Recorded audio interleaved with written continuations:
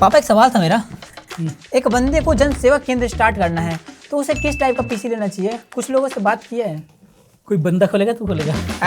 नहीं मैं नहीं, एक्चुअली एक बंदा कमेंट आया हुआ पापा मैं यार खोल ले थोड़ा सा फालतू में यहाँ पर टाइम वेस्ट करता है। घर पे बैठे चैनल लग रहा है। नहीं, एक बंदे का चैनल पे कमेंट आया हुआ है तो वो कह रहा है कि कुछ लोग बोल रहे हैं उसे कि 15,000 में रिफर्बिश्ड पीसी बना ले और कुछ लोग कह रहे हैं कि 50,000 में नया पीसी बना ले। तो आखिर कौन सा सही रहेगा उस बंदे के लिए? जनसेवा केंद्र का मतलब क्या होता है? जनसेवा केंद्र का मतलब बहुत पावरफुल पीसी नहीं चाहिए होता है, एक ड्यूरेबल पीसी चाहिए होता है जिसका मतलब कि लाइफ ठीक ठाक हो, हैंग ना करे, लैग ना करे, मतलब एक बहुत ही प्रॉपर पीसी चाहिए होता है। अच्छा, कोई बहुत ज्यादा पावर की उसको जरूरत नहीं है। तो जनसेवा केंद्र पर एक्चुअली गांव के लोग आते हैं, ठीक है ना। तो ग्रामीण क्षेत्र में ये सारे काम होते हैं अलग अलग, जैसे सारे के सारे ऑनलाइन काम होते हैं, ज्यादातर काम ऑनलाइन होता है। जैसे तुम्हारा आधार कार्ड हो गया, इसको अपग्रेड वगैरह करना हो गया, पैन कार्ड, आय प्रमाण पत्र, जाति प्रमाण पत्र, निवास प्रमाण पत्र, राशन कार्ड, पेंशन, बिजली bill, online form, railway ticket, photo printing, पैसे वैसे निकालना, मतलब ये मैक्सिमम 90% जो काम है ना ये सारे के सारे ऑनलाइन होते हैं, ठीक है। और बैंकिंग का काम भी सब बैंकिंग का भी काम, जो छोटे बैंक जो लोग खोलते हैं ना उसको पता नहीं क्या बोलते हैं, वो बड़े बैंक से कनेक्ट करके पता नहीं क्या बोलते हैं उसको, तो वो सारे काम इसके अंदर आते हैं, ठीक है ना। ऑनलाइन काम होता है, कोई फॉर्म फिलअप करना है, कोई एडमिशन वगैरह कराना है किसी को, तो ये सारे के सारे जन सेवा केंद्र पे होते हैं। जितनी भी सेवाएं हो सकती हैं जो लोग गांव के लोग नहीं कर पाते हैं खुद, वो सारे के सारे जन सेवा केंद्र पे जाकर के वो लोग करते हैं। CSC सेंटर भी उसको बोला जाता है, कस्टमर सर्विस सेंटर, वही चीज़ हो गया। तो CSC के लिए भी बोल सकते हो, CSC के लिए पीसी, या फिर जो है जन सेवा केंद्र के लिए पीसी, ठीक है। तो इसके लिए ड्यूरेबल पीसी चाहिए। बजट क्या है? 30,000 तक का उस बंदे का बजट है, बोल रहा है 30,000 तक का। रिफर्बिश्ड की बात अगर हो तो रिफर्बिश्ड का भरोसा नहीं किया जा सकता, ठीक है ना, क्योंकि कितना चला हुआ है। रिफर्बिश्ड मान लो फ्लिपकार्ट से लेता है या फिर किसी और से लेता है और भीड़ लग जाती है। कई बार क्या होता है कि जैसे इसका काम का एक ना मतलब कि एक रुझान आता है, समय आता है, कुछ समय ऐसा आता है जिस टाइम पे बहुत ज़्यादा भीड़ हो जाती है जनसेवा केंद्र पे, फटाफट उन लोगों को करना होता है। उसी टाइम में अगर पीसी उनका खराब हो गया, हैंग हो गया, लैग हो गया, कोई प्रॉब्लम आ गई, फिर उसके बाद वहीं पे गाली देके जाते हैं। हमने होता ही है, हमने खुद दिया हुआ है। हाँ, तो ये सारी प्रॉब्लम होती है। इससे बनने के लिए क्या होता है कि एक ड्यूरेबल पीसी चाहिए, क्योंकि 30,000 तक का बजट है, इतना ही बजट में बहुत हाई भी कर भी नहीं सकते, तो एक मल्टीटास्किंग होना चाहिए। तो 30,000 के बजट की अगर हम लोग बात करें तो उसके लिए वो i3 का 12th जनरेशन के साथ में ग्राफिक कार्ड की जरूरत नहीं है, ठीक है ना। अच्छा, ग्राफिक कार्ड की जरूरत नहीं है क्योंकि हैवी वर्क नहीं चाहिए होता उसके अंदर। अच्छा, 30,000 में एक पूरा कंपोनेंट लिस्ट अगर हम लोग बताएं तो i3 कम से कम 12 जनरेशन के साथ में जाना पड़ेगा। देखो ये सारे काम तुम्हारा 8 जनरेशन 10 जनरेशन में भी हो जाएगा। अच्छा। लेकिन ऐसा रहे कि उसका पीसी अपग्रेड भी हो सके, ठीक है ना। तो अपग्रेड करने के लिए कम से कम 12 जनरेशन के साथ में रहेगा। तो 12 जनरेशन वाले पूरे सेटअप पर तुम्हारा 13 जनरेशन 14 जनरेशन तक सारी चीजें वही रहेंगी, अपग्रेड हो जाएगा। बजट भी कम है, तो अभी i3 का 12100 जो प्रोसेसर है ये iGPU है, ठीक है। ग्राफिक कार्ड लगाने की जरूरत नहीं है और ये अभी बढ़े हुए प्राइस में करीब 12,000 रुपए के आसपास में मिल जाएगा, ठीक है। इस टाइम पे 12,000 रुपए के आसपास में मिल जाएगा। पहले ये मिलता था 7,500-8,000 रुपए में मिलता था, और F वाला जो वेरिएंट है ये 6,500 में मिलता था। तो F वाले की जरूरत नहीं क्योंकि हमें ग्राफिक कार्ड लगाना नहीं है, iGPU चाहिए, तो ये 12,000 रुपए के आसपास मिल जाएगा। एक अच्छे ब्रांड का मदरबोर्ड ले ले, वो H610 बहुत है, क्योंकि बहुत कोई गेमिंग तो करना नहीं है, हैवी ग्राफिक कार्ड लगाना नहीं है। तो अच्छे ब्रांड में जैसे Asus, Gigabyte, वीडियो में लिंक हम लोग दे देंगे। और जो हमारी ऑडियंस अगर देखना चाहता है कि एग्जैक्टली प्राइस देखना चाहती है तो यहाँ पर व्यू प्रोडक्ट दिखाई दे रहा होगा, व्यू प्रोडक्ट पे क्लिक करेगी तो फ्लिपकार्ट का लिंक आएगा, ठीक है ना। हाँ। और उसके बाद अमेजोन का सीरियल वाइज लिंक देखना है तो डिस्क्रिप्शन में जाएगा, वहाँ पे सारा लिंक मिल जाएगा। और लिंक पे जरूर जाकर के देखिए, वहाँ से पता लग जाएगा। बाकी वीडियो को लाइक भी करना है, बाकी वीडियो को लाइक भी करो गाइस ताकि इस तरह की बहुत सारी वीडियोस हम लोग लेकर के आते रहें सभी के लिए।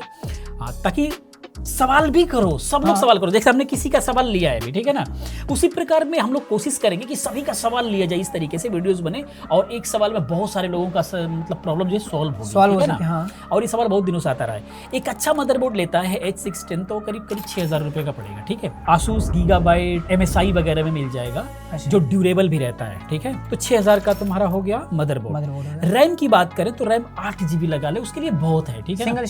सिंगल स्टिक आगे चल करके जैसे कि मल्टीटास्क बहुत सारे टास्क ओपन करने होते हैं जनसेवा केंद्र में, तो जनसेवा केंद्र में अगर लगता है कि कम पड़ा तो एक और 8 GB का लगा देगा, तो 16 GB जब हो जाएगा तो बिल्कुल उसकी प्रॉब्लम सॉल्व हो जाएगी।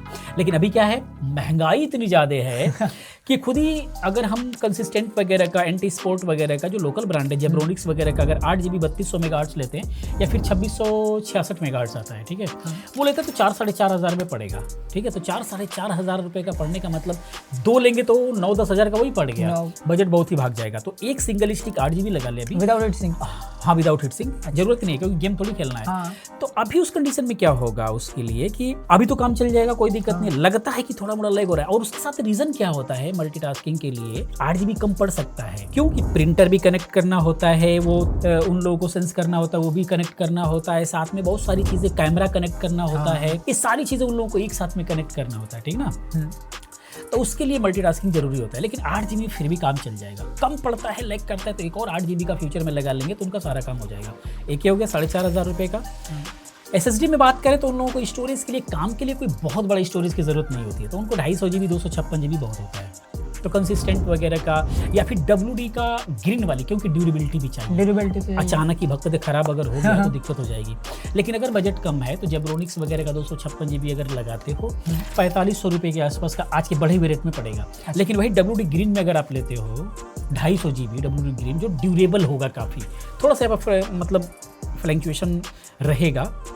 अगर बजट अलाउ करता है थोड़ा सा, अगर 1000-1500 और बढ़ सकता है तो 6000 रुपये के आसपास में WD ग्रीन मिल जाएगा 250 GB, ठीक है ना। ये बहुत ड्यूरेबल SSD है। हाँ, हमारे तो पास कोशिश करो अगर 1500 रुपये और बढ़ा सकते हो तो, नहीं तो अगर बजट बहुत ही टाइट है तो 4500 रुपये के आसपास में 256 GB ले लो, मिल जाएगा। अच्छा, EVM वगैरह मिल सकता है आराम से। हाँ, EVM का मिल जाएगा, जेब्रोनिक्स भी मिल जाएगा, कंसिस्टेंट मिल जाएगा। कंसिस्टेंट में भी तो हम लोग यूज़ कर रहे हैं, हाँ, कंसिस्टेंट उतनी कोई प्रॉब्लम नहीं है, ठीक है।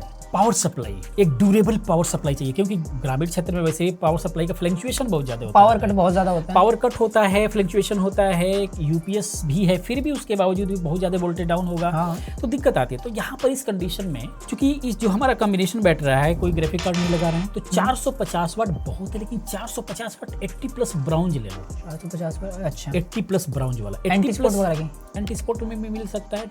एंटी स्पोर्ट पे अगर नहीं मिलेगा तो और कई ब्रांड है, हम लिंक दे देंगे। 450 वाट में 80+ ब्राउन्ज 2500 से 3000 में मिल जाएगा। अच्छा। ये इतना स्टेबल रखता है कि ना तो PC लैग करेगा, ना तो रीस्टार्ट मारेगा, ना तो कोई दिक्कत नहीं होगी, और लाइफ बना रहेगा। पावर सप्लाई अगर अच्छी है तो पूरे PC की एक तो लाइफ बढ़ती है, ठीक है ना, पूरी लाइफ बढ़ेगा। और पावर सप्लाई थोड़ी सी दिक्कत है तो रुक जाना, रीस्टार्ट मार जाना, पावर फ्लक्चुएशन होते ही कई सारी प्रॉब्लम आती है, उन सभी को पावर सप्लाई रोक के रखता है, और PC को तो खराब भी कर देता है। हाँ, बहुत सारी प्रॉब्लम आती है। एक ये हो गया 2,500 से 3,000 रुपये का, 2,500 रुपये मान करके चलते हैं, ठीक है। अगर लोकल लेंगे तो करीब 500-600 रुपये का मिल जाता है, जो कभी ऐसी गलती नहीं करना है, ठीक किसी है। काम की भी नहीं आती हाँ, होती, काम की रहती, चल जाएगा सिस्टम, लेकिन वही चीज़ कई सारी प्रॉब्लम आएगी, फिर लगेगा कि हमारा सिस्टम ही खराब है, लेकिन वो सारी प्रॉब्लम पावर सप्लाई से आ रही होती है। अच्छा, तो ध्यान देने की बहुत ज़्यादा ज़रूरत है। कैबिनेट 1000 रुपये से लेकर के 5000 रुपये तक की कैबिनेट लगती है, लेकिन 2000 रुपये तक में ठीक ठाक कैबिनेट आ जाती है, ठीक है ना। तो जनसेवा केंद्र में हाँ, करना तो भी क्या है, वो तो करना काम भी से क्या मतलब है, है, बस लुक से तो कोई मतलब है तो नहीं। 1500-2000 रुपये का ठीक ठाक कैबिनेट मिल जाती है उनके काम के लायक, जो कि कोई दिक्कत नहीं है। ये टोटल अगर हम लोग करते हैं तो 30 से 32,000 रुपये के बीच में, और ये हम लोग सारी की सारी प्राइस जो देख रहे हैं ऑनलाइन देख रहे हैं। ऑफलाइन जाता है कोई तो इससे कम में भी हो सकता है, पॉसिबिलिटी बनती है, बाकी से नहीं बनती है तो मंगा करके अपने लोकल किसी शॉप पे जा करके सारी चीजें बिल्ड करवा सकता है, ठीक है तो ना। दुकानदार लूटेगा नहीं उसे। हो भी सकता है, लेकिन ये अब ये वीडियो देख लिया तो पता लग गया ना कि कहाँ तक कैसे कैसे क्या। और हर शहर में कोई ना कोई एक अच्छी दुकान होती है, रेपुटेटेड दुकान होती है, जहाँ पर ऐसा काम नहीं होता है। 2-3 दुकान से कोटेशन लेकर के कराना चाहिए, ठीक है ना। और विशेष ध्यान रखना चाहिए पार्ट्स का, कोई यूज्ड पार्ट्स ना लगा दे, जैसे कि रैम एसेसरीज के अंदर बहुत ज्यादा हो रहा है, स्कैम हो रहा है। स्कैम से बचना पड़ेगा। बचने का मतलब देखना पड़ेगा सील पैक है कि नहीं है, जो भी बॉक्स दिखा रहा है सील पैक होना चाहिए। ऐसा नहीं कि भैया ये अभी कल ही निकाला था आज लगा दे रहा हूँ आपको, मतलब ये सारी चीजों से बचना पड़ेगा। रह के बिल्ड करवाना पड़ेगा हाँ, प्रॉपर। बैठ करके कंपोनेंट्स लो, सारे के सारे कंपोनेंट सील पैक लो। स्कैम का समय चल रहा है, महंगाई बढ़ी हुई है, अपनी आंखों के सामने खुद सील खोलो और उसको लगवाओ। लगवा करके 30,000 रुपये के आसपास में बिल्ड हो जाएगा। मस्त जनसेवा केंद्र का काम होगा, कोई काम नहीं रुकेगा। आगे चल करके एक 8 GB और लगा लेना, मस्त चलेगा। ये पूरा का पूरा दे दो, बिल्ड करवा ले कहीं से भी, या ऑनलाइन मंगा करके अपने यहाँ 1000-1500 रुपये लेते हैं लोग बिल्ड करने के लिए, बिल्ड कर देंगे और उसको दे करके मस्त से मस्त चला सकते हैं। चला सकते हो। इसके साथ में UPS जरूर ले लेना, क्योंकि डायरेक्ट बंद होना ठीक नहीं होता। कोई काम कर रहे हो, सारी वेबसाइटों पे काम कर रहे हो, कोई फार्म फिलअप कर रहे हो, कुछ कर रहे हो, डायरेक्टली बंद होता है तो सारा का सारा बेकार हो जाता है। तो UPS ड्यूरेबल होता है, मतलब बहुत ज़्यादा जरूरी है। UPS के बिना काम ही नहीं चल सकता जनसेवा केंद्र का। UPS करीब 2000 रुपये के आसपास खर्चा कर लो, 1700-1800-2000 रुपये के आसपास में UPS आ जाता है। इस PC के लिए कोई दिक्कत नहीं है। ओवरऑल 3500-1000 खर्चा कर लेंगे, प्रॉपर सेटअप रेडी हो सकता है। बाकी आप लोगों का भी कोई सवाल हो तो यार करो, कमेंट करके जरूर पूछो, क्योंकि आपके सारे सवाल मैं पूछने वाला हूँ अपने पापा से। सवाल करो, हर सवाल का जवाब देने की हम लोग कोशिश करेंगे। इसी प्रकार की बहुत सारी वीडियोस लेकर के आएंगे। वीडियो कैसा लग रहा है, वीडियो का फॉर्मेट कैसा लग रहा है, कमेंट में जरूर बताते रहो। मिलते हैं अगली वीडियो में किसी और अच्छी इन्फॉर्मेटिव वीडियो के साथ में। Thank you so much.